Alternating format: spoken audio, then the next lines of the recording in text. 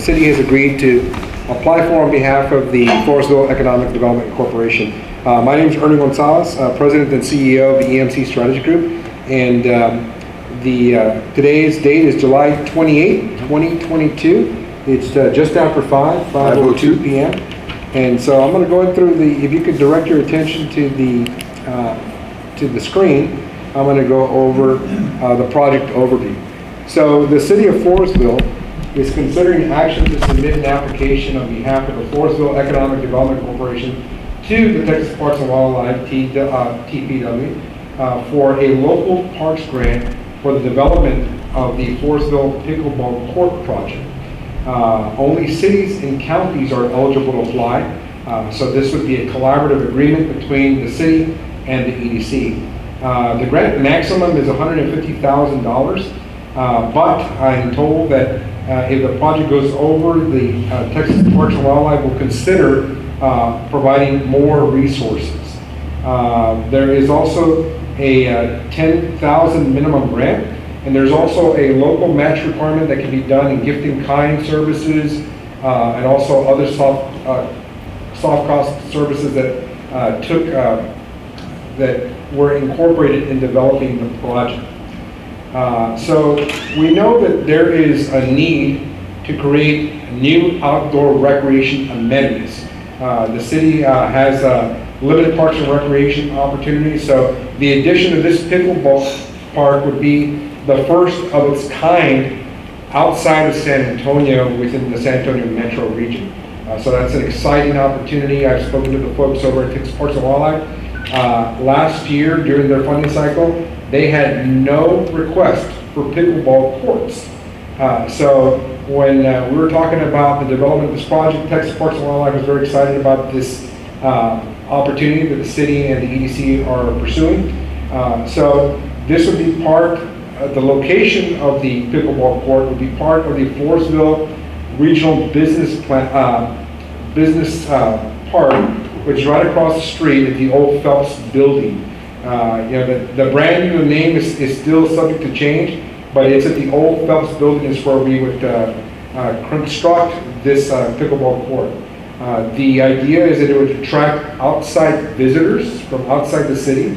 That would also support economic development, because when outside visitors come to any amenity or a new business attraction or business opportunity, it stimulates the local economy through sales tax, restaurants, people fueling up. So it's a new attraction that would attract outside visitors. It would also support youth and adult engagement. There's not a lot of recreational opportunities that focus both on youth and adult. This pickleball court could provide, again, a new attraction for both youth and adult recreational outdoor opportunities.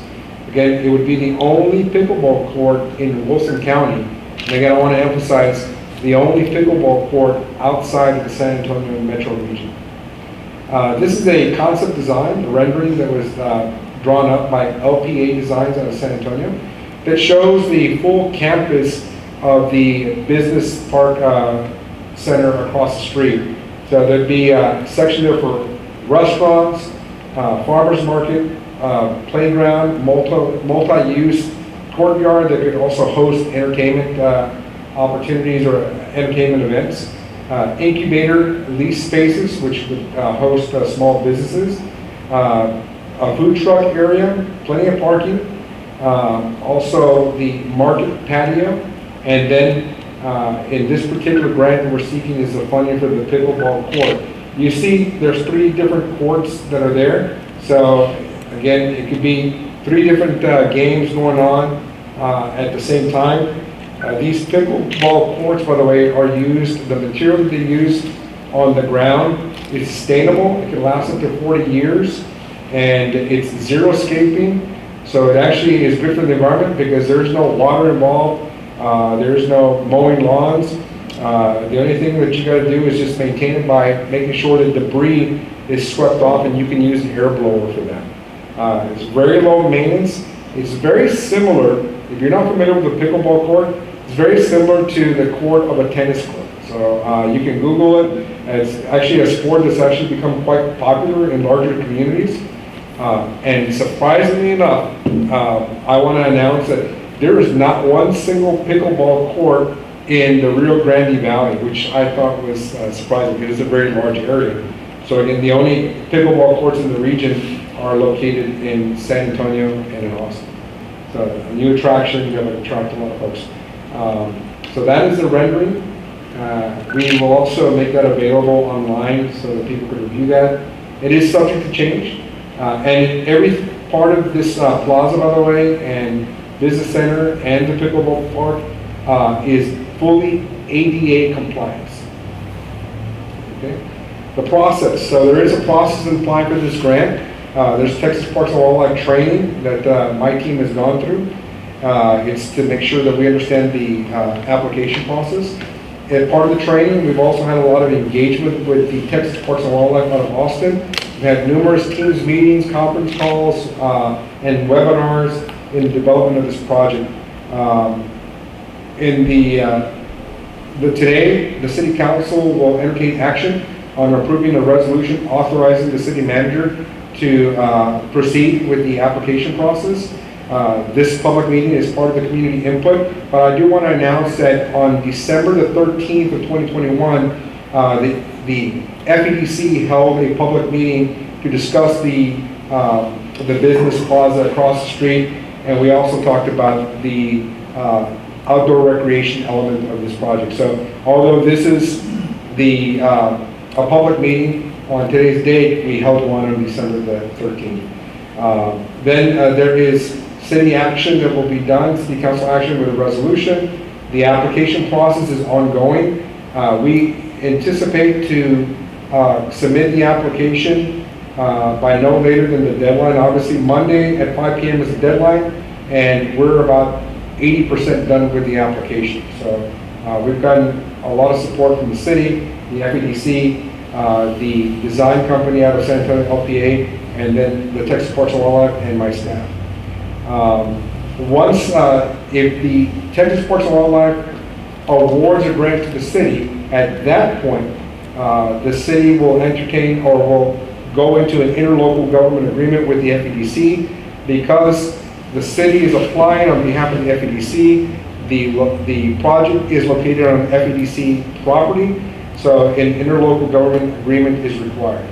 And then we would follow the states and the cities and the FEDC's procurement process during the construction and full design of the pickleball court, and then purchase the support equipment for that actual court. So there's stakeholders involved, certainly the taxpayers, the constituents, local residents, businesses in the downtown area will be impacted the most because people from outside the area or even local residents will be drawn to the downtown Main Street historic area. The school district will also be a stakeholder.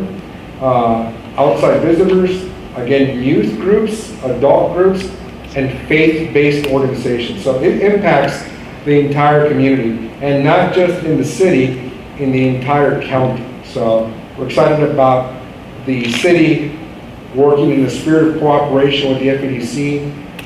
One of the things that was shared in our application was that both entities, the city and the FEDC, enjoy a strong working relationship, and the city manager has been very supportive during this application process and supporting the executive director of the FEDC, Mr. Ripps.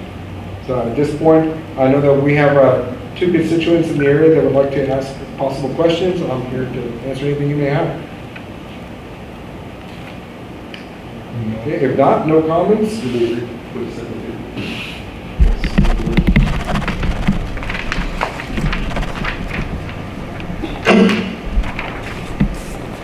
Yeah, just with no comments, I do want to read what we had placed in the paper. It says the Floresville Pickleball Court project public comment meeting. The City of Floresville, Texas will hold a public meeting on July 20, 2022 at 5 p.m. at the City Council Chambers located at 1120 D Street, Floresville, Texas 78114, to present information and receive comments related to the Texas Parks and Wildlife local grant application and the Floresville Pickleball Court project in partnership with the Floresville Economic Development Corporation.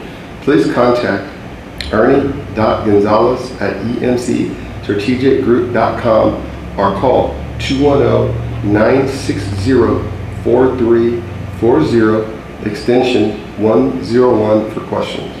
Again, just wanted to reiterate what was posted in the papers and If I may correct, this was not posted in the Wilson Oh, my County paper? News. This is posted on our website and on our bulletin board at City Hall location as required by the applicant, our application submission process. Exactly, yeah, exactly. Not in the paper, but online and in front of City Hall as requirements that we do with all public hearings within the 72-hour period of time. Thank you all very much for your time, and have a great rest of your day. We'll close it at 5:12. Thank you very much. Appreciate it. We actually have letters